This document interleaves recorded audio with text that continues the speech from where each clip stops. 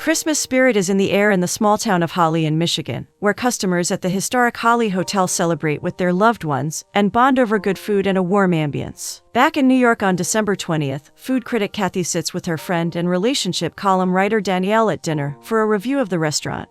They discuss the story of a movie Danielle just watched, right before coming for dinner. Danielle is passionate about love and romance movies and explains the plot to Kathy with excitement. Kathy keeps getting the names and the plot wrong, but is able to summarize her understanding of how two people meet during the holidays, when Beth's car gets stuck in the snow, and she meets the sweet guy Andy at the ski lodge, who helps her. In the middle, Kathy keeps taking notes about the food prepared, and while Danielle loves it, Kathy has a more refined taste, and evaluates the best way to frame her review for the restaurant. She asks Danielle if she too takes notes while writing her relationship column, but Danielle is more free, and she writes when inspiration strikes. Danielle insists Kathy will be the world's most important food critic once she lands the job writing for The Times. Kathy is still unsure, but Danielle has no doubts about her talent. Noting Danielle's passion about romance movies, Kathy doesn't understand why Danielle doesn't write scripts for holiday movies instead. Danielle refuses to answer that, and asks why. Despite being such a talented chef, Kathy refuses to cook, and chooses to do food reviews instead. Kathy is saved from answering this question by a call from her mom.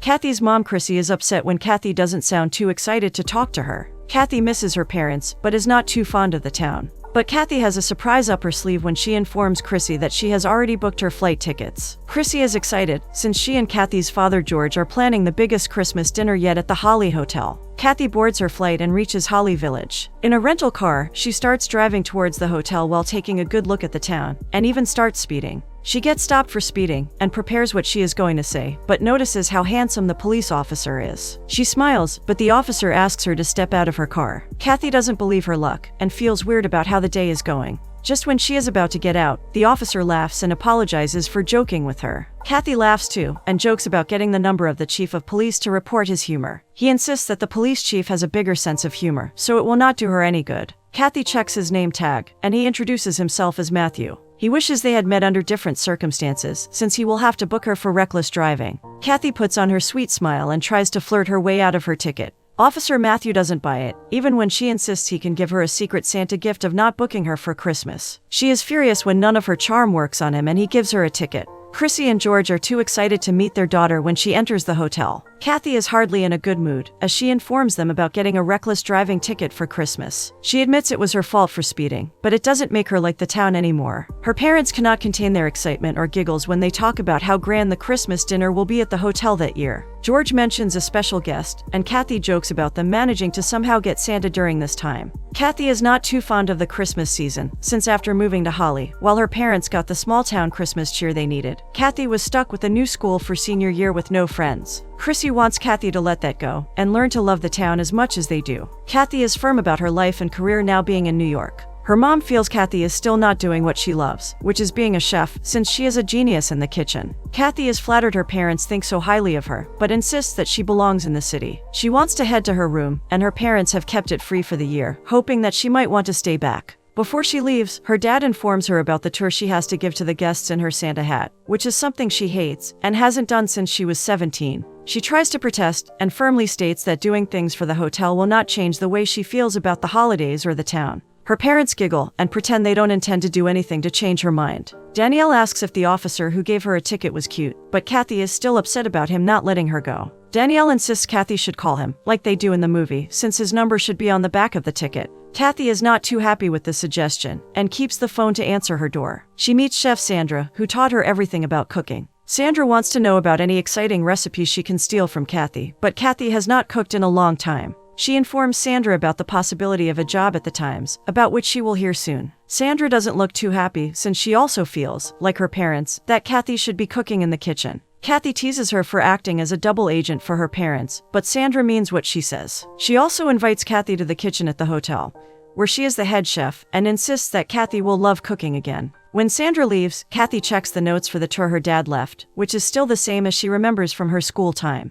Kathy starts the tour for the guests with the history of the hotel, built in 1891. She is about to describe the original owner of the hotel, Mr. Hurst, when she spots Matthew in the group, and announces sarcastically that she has a stalker. Matthew jokes about wanting to save people of the town from her recklessness, and explains he is taking the tour with Grandma Williams before dinner. Grandma Williams addresses him as Sonny, which amuses Kathy, and she asks for permission to call him that too. Grandma teases Matthew for feeling important just because he has a badge. Kathy complains to Grandma about Matthew giving her a ticket so close to Christmas, which makes Grandma furious. She promises to deal with her grandson, and asks Kathy not to worry. A frustrated guest wants them to stop their romance dance and continue the tour. Kathy wants to clarify, but forgets what she was talking about. She asks all the guests to follow her into the bar. Kathy shows them the bar area and points to a chair where Mr. Hurst, or his ghost, is believed to sit at night. She recounts the story of a tragic fire in 1913, when the ownership of the hotel changed, and how exactly 65 years later, there was another fire. She then takes them to the Alley Cat Club, where they host poetry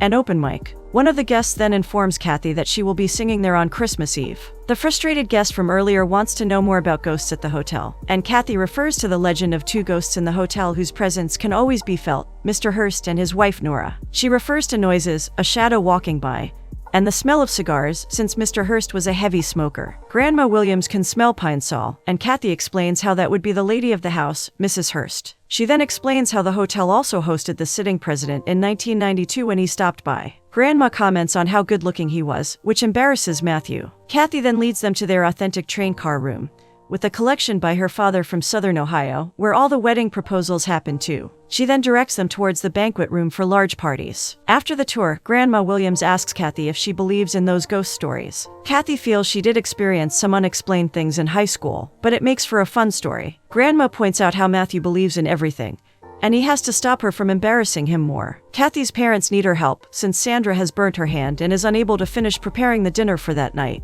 Kathy hesitates since she hasn't cooked in a long time, and doesn't know if she can fill in. Matthew meanwhile offers to look at Sandra, since he is trained in first aid. Chrissy pleads with Kathy to help out, since they need a head chef, but Kathy doesn't budge. Kathy asks Grandma about her dinner, but she isn't too impressed with it, and feels it could have been better if Kathy made it. When she insists Kathy should be doing what she loves, Kathy is firm about having a future in restaurant reviews. She then asks Kathy what she feels about her grandson, and makes her sit next to her to explain a few things about life. Grandma teases Matthew when he is back, insisting that he should ask Kathy out, which makes him blush. Matthew nervously tries to ask her out, and she agrees. Matthew then jokes about getting out of there soon, before his grandma forces them to get married. It is December 21st at the Holly Hotel, and Kathy waits for Matthew to show up for their date. She gets a text from him apologizing for being stuck in an emergency, and he asks for a rain check. Kathy gets angry and heads back home. Danielle asks if Kathy likes him, but Kathy is hesitant, since she doesn't know Matthew that well. Danielle ships love where she can find it, and suggests to Kathy that he could be the one. Kathy feels that is not practical at all, since she resides in New York. On text, Kathy tells Matthew it wasn't meant to be, but it was nice meeting him. Danielle wants Kathy to give him another try, but Kathy doesn't agree. It is December 22nd, and she wakes up to meet her parents, who comment on how early she slept. She informs them about Matthew standing her up, but they still insist that emergencies are usual for police officers, and the way he took care of his grandma shows how kind he is. Matthew sits sadly in his office, but automatically lights up when he gets a text from Kathy giving him another chance. He smiles and asks her to meet for coffee. When they meet for their date, Kathy and Matthew enjoy being with each other, shop for coats, and even get coffees to go. They spend a wonderful time amid the Christmas decorations, and he keeps swirling her around. At the end of the date, he brings her to the Holly Police Department office so she can meet the chief of police, who is thrilled to see his youngest officer. Kathy introduces herself, and the police chief is happy to know she is George and Chrissy's daughter. Kathy is suspicious about their Christmas dinner plans, since her parents are being very secretive. Without thinking, the police chief tells her about a national security element involved with the dinner, but regrets saying it. He doesn't want to elaborate, and Kathy doesn't push too much. He then asks what Kathy is there for, and Matthew insists Kathy wants to file a formal complaint with the police force. Kathy blushes and mentions her speeding ticket. He casually rips up Kathy's speeding ticket, with a warning for her to obey other rules at the town. At dinner, Matthew wants to know why Kathy is set on becoming a food critic, when other people can't stop gushing about how great a chef she is. After a lot of hesitation and trying to dodge the question, Kathy admits that it is very important to believe in yourself to follow your dreams. She gives him an example of a lot of people who might be good at drawing, but very few who actually get their paintings in a museum. When she asks Matthew about his dreams, he tries to dodge that question too, since he is embarrassed of the answer. When Kathy keeps insisting, he finally gives in. Danielle wants to know what Matthew said, and Kathy narrates how he expressed his desire for being a good husband and father with a house full of kids, and having a partner who is more of his best friend. Danielle loves how sweet that is, and wants to know how Kathy reacted. Kathy confesses that she told Matthew he is great, and will make someone very happy one day, but it won't be her. Danielle is furious, and feels Kathy has completely ruined Christmas. Mr. Hurst's ghost is sitting in the chair at the hotel with his cigar, when suddenly his wife Nora appears next to him, spooking him. He compliments Nora on her plan of bringing Kathy back and setting her up with Matthew. He feels that if she can pull it off, it will be her greatest Christmas miracle yet. Nora insists they are made for each other, and it will all work out for them. She then asks Mr. Hurst what he has been doing to pass his time. After hearing how bored he has been, Nora asks him to help out with their plan of getting Kathy and Matthew together. He agrees to work as a team, and they both retire to the basement. The next day on December 23rd, Kathy and Matthew have an awkward encounter after their talk the other day. Matthew has come to meet his grandma for tea at the hotel. Kathy assures him that his grandma is not inside, since she texted Kathy to meet her for some shopping. They both understand this is an elaborate plan by Grandma Williams. Matthew insists that it was still nice of her to agree to take her shopping, even if she doesn't know her well. When she asks what they should do now, Matthew is amazed at what's next for them, which he shows Kathy. There is a carriage driven by a horse, which they are sure has been arranged by his grandma. They are informed by a man who suspiciously looks like Mr. Hurst that the carriage has been sent by Mrs. Hurst, but the obvious explanation for them is that Grandma Williams has arranged it. They nonetheless decide to go for the ride. Since it is very chilly, Matthew covers Kathy with a blanket and puts his arm around her. He is happy about spending the day with her. When Kathy asks him about the Christmas forecast, Matthew notes that Kathy must be a good luck charm for Holly, since it hasn't snowed on Christmas in years. There is silence between them for a while, and Matthew admits that he doesn't know what to say. Kathy is upset, because they both know they have feelings for each other, but she has to leave for New York in a few days. She doesn't want either of them to get hurt, and suggests that they should stop spending time together. He agrees that is rational, even if he doesn't want to. She puts her head on his shoulder comfortably and sleeps for a while. When they reach the hotel, she wakes up, and they are just about to kiss when Chrissy interrupts them. After noticing them, she feels awkward and closes the door again. Kathy apologizes for leading him on when they cannot be together. She then runs towards the door. Inside, though, she is not convinced, and she runs out again to stop Matthew before he leaves. She asks him about his plans for the next day, and offers to cook lunch for him. Nora suddenly appears again, giving Mr. Hurst a fright. They discuss how they have known each other for over 100 years. Nora feels what Matthew said to Kathy was very sweet, and Mr. Hurst thinks it is all because of the magic of the hotel. They discuss the carriage ride, and how Kathy almost agreed to stay in Holly for Matthew. Nora insists that Kathy just needs to find the joy in cooking again, to believe in herself and what is good for her. When Mr. Hurst asks if she is sure about what she is doing, Nora insists that everything will work out. It is Christmas Eve, and Kathy's parents discuss how amazing they feel Matthew is. Kathy cooks lunch for Matthew, which looks amazing, but as she points out, the real test is in the taste. She mentions her parents acting suspicious whenever she mentions the term service, and wonders what their surprise is. Matthew is equally clueless, and assures her she can figure it out, since she is the smarter one among them. Kathy's parents come in to check on their lunch, and Matthew compliments Kathy's cooking.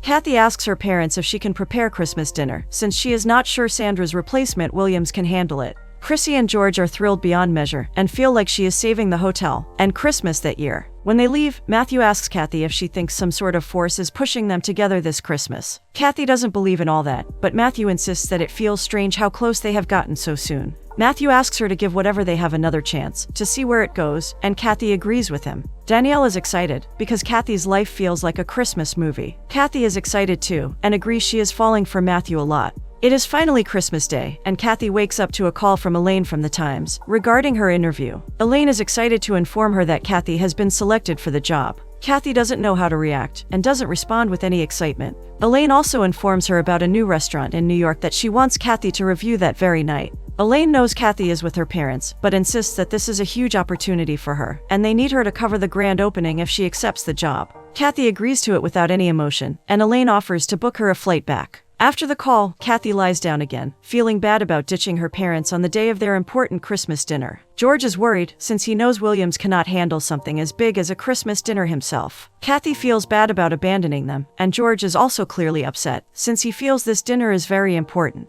Chrissy tells George to stop making Kathy feel bad, since this is about her dream job. George tries to understand, and is happy for Kathy, and congratulates her for the job. Kathy feels the last few days at Holly have changed her, and it suddenly feels more like home to her. She expresses how in New York, she has always been chasing after her dreams, but it never felt home. George assures her that there is always a place for her in this home, and she can come back to it whenever she wants. Matthew reaches home and meets Grandma Williams, who did not expect him so soon. Matthew insists that Kathy has chosen New York over him, and there is nothing he can do about it. He feels that Kathy doesn't feel connected to the place, and is irritated that after everything they shared, she just sent him a text to inform him that she is leaving. Grandma is sure that she has seen true love between them, even if Matthew feels hurt. He asks Grandma if she wants him to chase her down the airport, and that is exactly what he ends up doing, pulling her over on the way. He is angry at Kathy for informing him over text, and she points out how he stopped her in a cop car just to talk to her. He asks her if she has ever been in love like this before, and Kathy doesn't want to answer that. Matthew confesses that he has only ever been in love with her, which is why he is out in the cold, abusing his police powers to beg her to not leave. Kathy insists she cannot deal with it, and drives off to the airport. George pours himself a drink, right when we see Mr. Hurst behind him. George can see him too, and offers him a drink, and he sits down on his usual stool. George doesn't know who he is, but he seems to know everything about George's life. When he points out that he knows George doesn't feel like a good father, George explains that he has 2 daughters. His other daughter couldn't make it, but he was very happy when his oldest daughter Kathy decided to come. He regrets not raising them in Holly, but instead running for Congress, which made them all stay in DC for 10 years. He feels he should have raised them in Holly and made them see the magic of the town. George is not sure Kathy's dream job is making her happy. Mr. Hurst insists that he is a good man, and things will work out for him. Chrissy comes looking for George, and Mr. Hurst magically disappears. George insists he was just drinking with another man. But Chrissy is worried about their opening, and wants him to help out with the work and get ready for their dinner. Before leaving, George looks around for the man who suddenly disappeared. Christmas preparations are in full swing at the hotel, and the guests are enjoying their stay and all the activities. Grandma Williams is among them, and she is excited to be there. She suddenly spots Kathy coming into the hotel, and gets very excited. She then texts Matthew to come to the hotel, and insists that it's an emergency. In the kitchen, Williams wants to keep grilled cheese on the menu, and tomato soup, which frustrates George even more, so he walks out. Chrissy decides to take charge and asks Sarah to prepare some clam chowder soup, which she makes under Sandra's supervision. She instructs William to prepare their regular salad. Her relief knows no bounds when Kathy enters the kitchen and wonders what is happening. Kathy did not get on the plane, since she feels Holly is her home now. Since they are in a hurry, she asks Chrissy to take care of the dining room, while she manages things in the kitchen. Chrissy is thrilled and feeling relieved. She finally leaves to get ready for the night. George and Chrissy welcome the guests to the hotel and inform them about 2 special guests. There are cheers all around when the President of the United States and the First Lady walk in.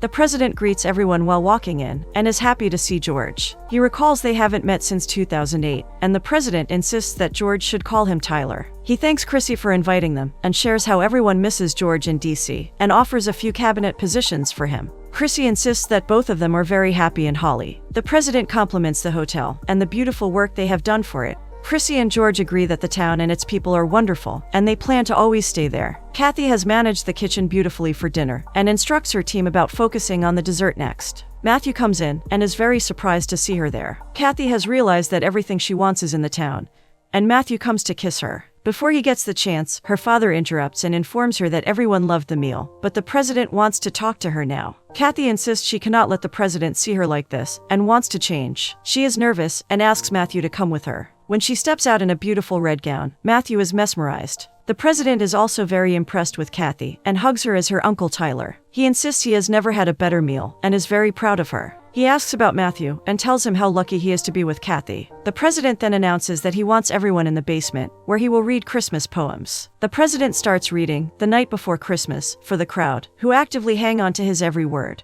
Danielle is waiting for Kathy at the airport, and gets a text from her that she did not get on the plane, because Matthew is the one. Danielle is too excited about Kathy finding her happy ending. Matthew meets Kathy at the train car room, and points out that it is finally snowing. As the President keeps reading, Kathy notes how it will finally be a white Christmas that year, which doesn't surprise Matthew. Kathy finally feels at home with him, and jokes about Matthew trying to put up with a reckless driver like her. She finally admits that she loves him too, and Matthew gets down on his knees and asks her to marry him. Kathy accepts his proposal, and the happy couple finally gets to kiss. Mr. Hurst and Nora also appear next to them, and Nora hints at them having a baby by next Christmas.